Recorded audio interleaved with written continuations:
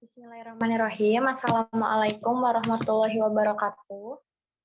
Yang terhormat Ibu Eka Yulianti SE MSI dan yang kami cintai teman-teman kelas semuanya, kami dari kelompok 1 akan mempresentasikan pembahasan tentang perbedaan pasar modal dan pasar uang.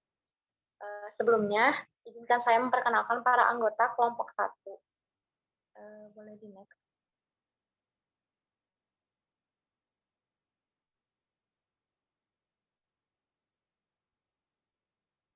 Yang pertama ada Salsabila Mutiara dengan NIM belakang 244, Nanda Eka Haurunisa dengan NIM belakang 367, Amelia Sitlutfia dengan NIM belakang 369, Andreas Tri Hermawan dengan NIM belakang 368, Atika Nur Amalia Lestari dengan NIM belakang 370, dan Firdania Islami Siti Francisco dengan NIM belakang 371. Baik, untuk mempersingkat waktu, kami akan memaparkan pembahasan yang pertama dan akan dipaparkan oleh saya sendiri. Yang pertama ada pasar keuangan. Pengertian pasar keuangan. Pasar keuangan ini merupakan pasar yang menyediakan produk keuangan, baik berupa aktiva fisik, surat, berharga, atau valuta asing. Beberapa ahli pun menyebutkan bahwa pasar keuangan adalah seluruh institusi dan prosedur untuk menjembatani pembeli dan penjual instrumen keuangan. Artinya, pasar keuangan merupakan penghubung antara pihak yang ingin menjual dengan pihak yang ingin membeli produk keuangan.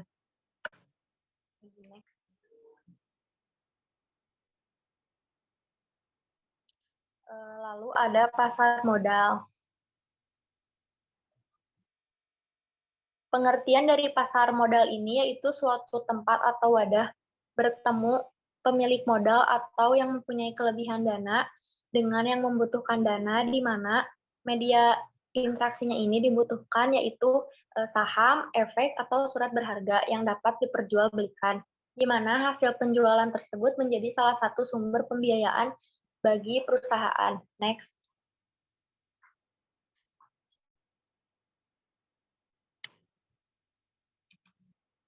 Untuk pemaparan selanjutnya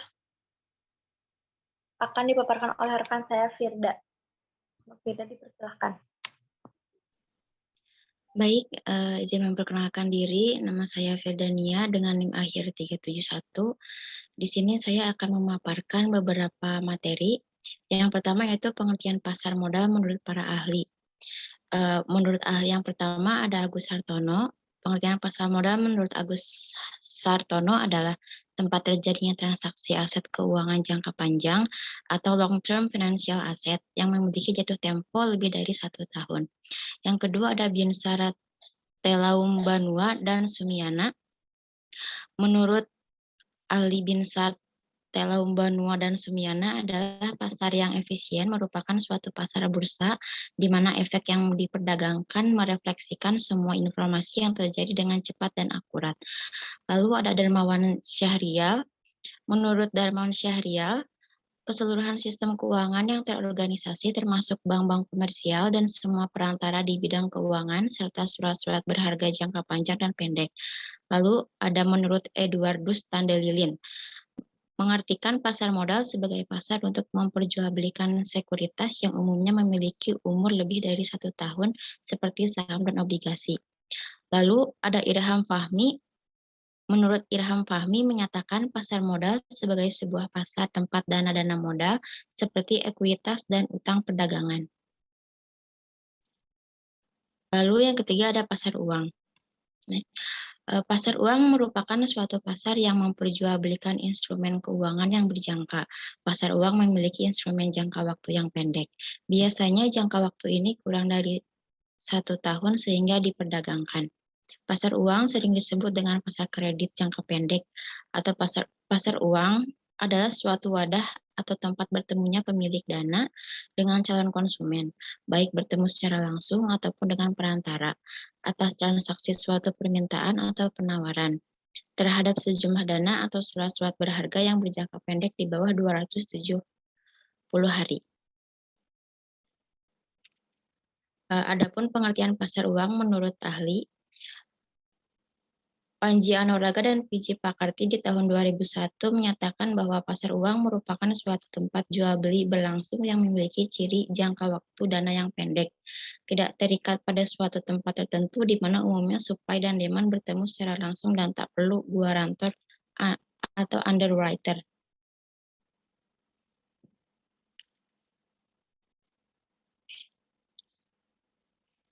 Selanjutnya akan dipaparkan oleh rekan saya.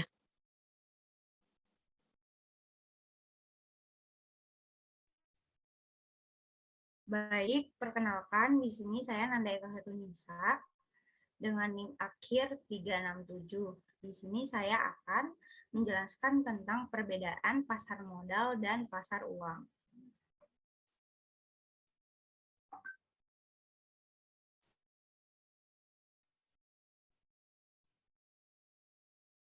Dilihat dari perbedaan jangka waktu, nah pasar modal ini biasanya dimanfaatkan oleh para investor dan pencari modal untuk memutar dana dalam jangka waktu yang panjang. Jadi kalau pasar modal itu jangka waktunya yang panjang. Biasanya dana ini dimanfaatkan untuk pengembangan usaha, ekspansi jangka panjang, penambahan modal kerja, dan seterusnya. Bentuk imbal yang akan diberikan pada investor berupa dividen. Yang kita ketahui adalah pembagian laba atau hasil yang dibayarkan kepada pemegang saham berdasarkan jumlah saham yang dimiliki atau juga disebut capital gain. Nah, kemudian perbedaan jangka waktu yang pasar uang biasanya dimanfaatkan untuk keperluan dana jangka pendek. Jadi pasar uang ini dimanfaatkannya keperluan dana jangka pendek. Nah, baik itu oleh investor maupun oleh para pencari modal, lembaga keuangan, perusahaan keuangan, serta peserta lainnya. Dana jangka pendek ini berarti kurang dari 1 tahun. Biasanya para pencari modal memanfaatkan pasar uang untuk memenuhi kebutuhan dana untuk ekspansi bisnis atau kebutuhan lain yang butuhnya itu cepat. Begitupun dengan investor, biasanya memanfaatkan pasar uang ini untuk menempatkan dana, yang kemudian berharap bisa mendapatkan imbal bunga dalam waktu yang cepat pula. Kemudian next. Nah, di sini perbedaan yang dilihat dari produk yang dijual belikan. Nah, di sini dari pasar modal, itu yaitu ada saham, bisa dibilang sebagai surat tanda seseorang atau suatu badan atau lembaga ikut memiliki suatu perusahaan. Saham ini adalah instrumen yang paling sering diperjualbelikan oleh investor di pasar modal. Kenapa? Karena paling banyak untungnya. Nah, kemudian ada obligasi, yaitu semacam surat kontrak antara pemodal atau pemberi pinjaman dengan emiten atau si peminjam. Dalam hal ini, perusahaan yang menerbitkan surat obligasi bisa dibilang obligasi ini prinsipnya mirip dengan deposito berjangka, tapi bisa diperjualbelikan. Kemudian ada reksadana yang pastinya sudah dikenal oleh para investor-investor pemula di pasar modal. Reksadana dikenal beresiko minim, tidak terlalu mumet atau main-main, dan nggak butuh duit gede. Bisa dibeli dari receh-receh sisa uang belanja.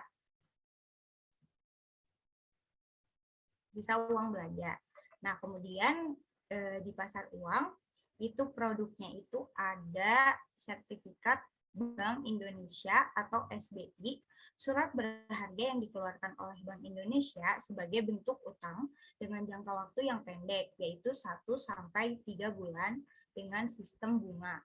Tingkat suku bunganya ditentukan oleh mekanisme pasar dengan sistem lelang. Rata-rata tingkat suku bunga SBI adalah jumlah tingkat suku bunga periode harian selama 1 bulan yang dibagi dengan jumlah periode waktu selama 1 bulan. Kemudian produk selanjutnya yaitu surat berharga pasar uang, yaitu surat utang yang diterbitkan oleh badan usaha swasta ataupun pemerintah dengan jangka waktu maksimal setahun. Kemudian ada sertifikat deposito yang diterbitkan oleh bank dengan jumlah jangka waktu dan suku bunga tertentu yang akan diperjualbelikan ke pihak lembaga maupun umum. Sekian dari saya, akan dilanjutkan kepada teman saya. Baik, terima kasih. Sebelumnya izin memperkenalkan diri, saya Atika Nur Amelestari dengan NIM belakang 370. Di sini ada perbedaan pasar modal dan pasar uang dari otoritas. Otoritas tertinggi pasar modal terletak pada Otoritas Jasa Keuangan yang berkoordinasi dengan Bursa Efek Indonesia, di mana mereka bertanggung jawab langsung atas semua regulasi dan aktivitas transaksi yang terjadi dalam pasar modal. Sedangkan otoritas tertinggi pasar uang terletak di Bank Indonesia yang berwenang mengatur, mengizinkan, mengembangkan, hingga mengawasi setiap kegiatan yang terjadi di pasar uang.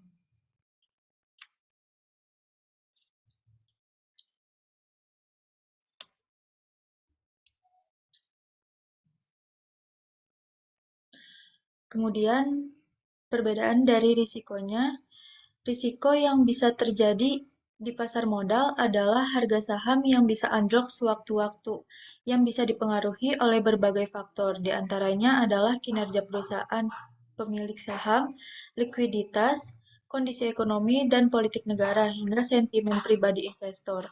Amat sangat lebih fluktuatif ketimbang pasar uang.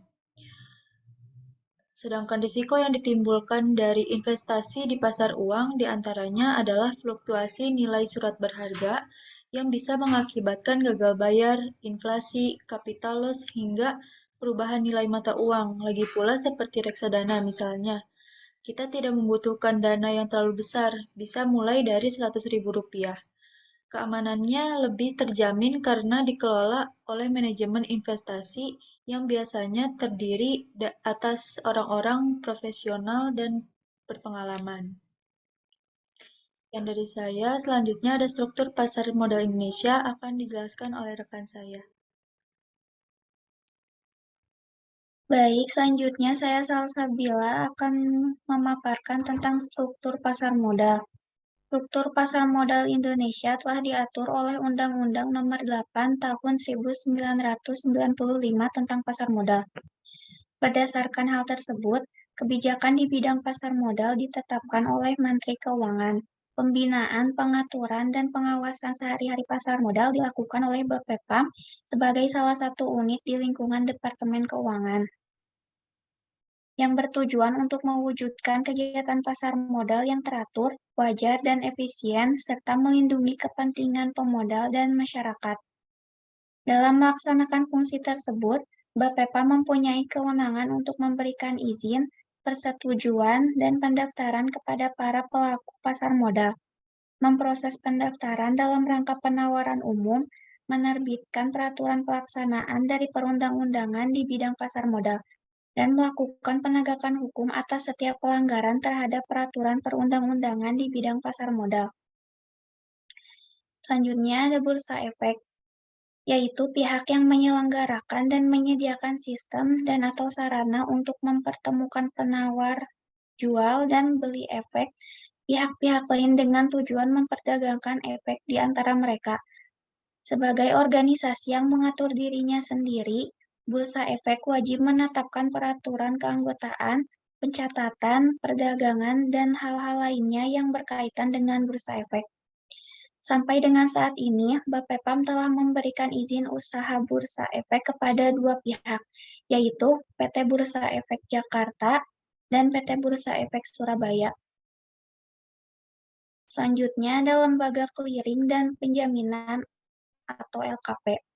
Lembaga clearing dan penjaminan adalah pihak yang menyelenggarakan jasa clearing dan penjaminan penyelesaian transaksi bursa. Sebagai organisasi yang mengatur dirinya sendiri, LKP wajib menetapkan peraturan penjaminan, clearing transaksi bursa, dan hal-hal lainnya yang berkaitan dengan LKP. BPPM telah memberikan satu izin usaha lembaga clearing dan penjaminan, yaitu PT Clearing dan Penjaminan Efek Indonesia atau KPEI. Selanjutnya ada lembaga penyimpanan dan penyelesaian atau LPP, yaitu pihak yang menyelenggarakan kegiatan kustodian sentral bagi bank kustodian, perusahaan efek, dan pihak lain. Sebagai organisasi yang mengatur dirinya sendiri, LPP wajib menetapkan peraturan penyimpanan, penyelesaian transaksi bursa, dan hal-hal lainnya yang berkaitan dengan LPP. BPPM telah memberikan satu izin usaha lembaga penyimpanan dan penyelesaian, yaitu PT Kustodian Sentral Efek Indonesia atau KSEI. Sekian dari saya, selanjutnya akan dilanjutkan oleh rekan saya. Baik, terima kasih. Selanjutnya saya akan melanjutkan materi. Di sini ada perusahaan efek, yaitu perusahaan efek adalah pihak yang melakukan kegiatan usaha dan memiliki izin otoritas jasa keuangan sebagai penjamin efek, perantara pedagang, atau manajemen investasi.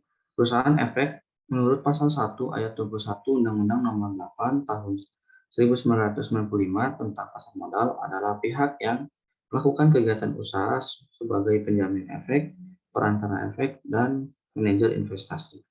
Lalu selanjutnya ada lembaga penunjang, yaitu institusi penunjang yang dituntut serta mendukung pengoperasian pasar modal dan bertugas dan berfungsi melakukan pelayanan kepada pegawai dan masyarakat umum. Lembaga penunjang ini terdiri dari bank kustodian, biro administrasi efek, wali amanat, dan itu pihak-pihak yang telah terdaftar di otoritas jasa keuangan yang persyaratan dan tata cara pendaftarannya ditetapkan dengan peraturan pemerintah.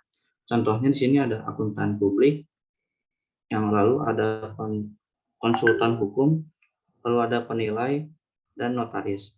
Selanjutnya ada investor, yaitu setiap orang atau entitas lain seperti perusahaan yang memberikan modal dengan harapan menerima pengembalian finansial, bahkan lebih banyak dari apa yang ditanamkan sebelumnya.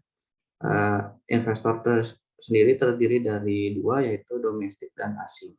Selanjutnya ada emiten, perusahaan publik, dan reksadana. Emiten adalah pihak yang melakukan penawaran umum, yaitu penawaran efek yang dilakukan oleh emiten untuk menjual efek kepada masyarakat berdasarkan tata cara yang diatur dalam peraturan undang-undang yang berlaku. Selanjutnya ada perusahaan publik, yaitu perseroan terbatas seperti yang dimaksud dalam pasal 1 angka 1 ketentuan umum Undang-Undang Nomor 40 Tahun 2007 tentang perseroan terbatas. Sahamnya telah dimiliki kurang-kurangnya oleh 300 pemegang saham dan memiliki modal di sektor sekurang-kurangnya 3 miliar. Lalu ada reksadana, yaitu adalah wadah untuk menghimpun dana masyarakat yang dikelola oleh badan hukum yang bernama manajer investasi, surat berharga seperti obligasi, dan instrumen pasar. Sekian yang bisa saya paparkan, saya kembalikan ke moderator. Baik, pemaparan kelompok 1 telah selesai. Mohon maaf apabila ada kekurangan. Sekian dari kelompok 1. Wassalamualaikum warahmatullahi wabarakatuh.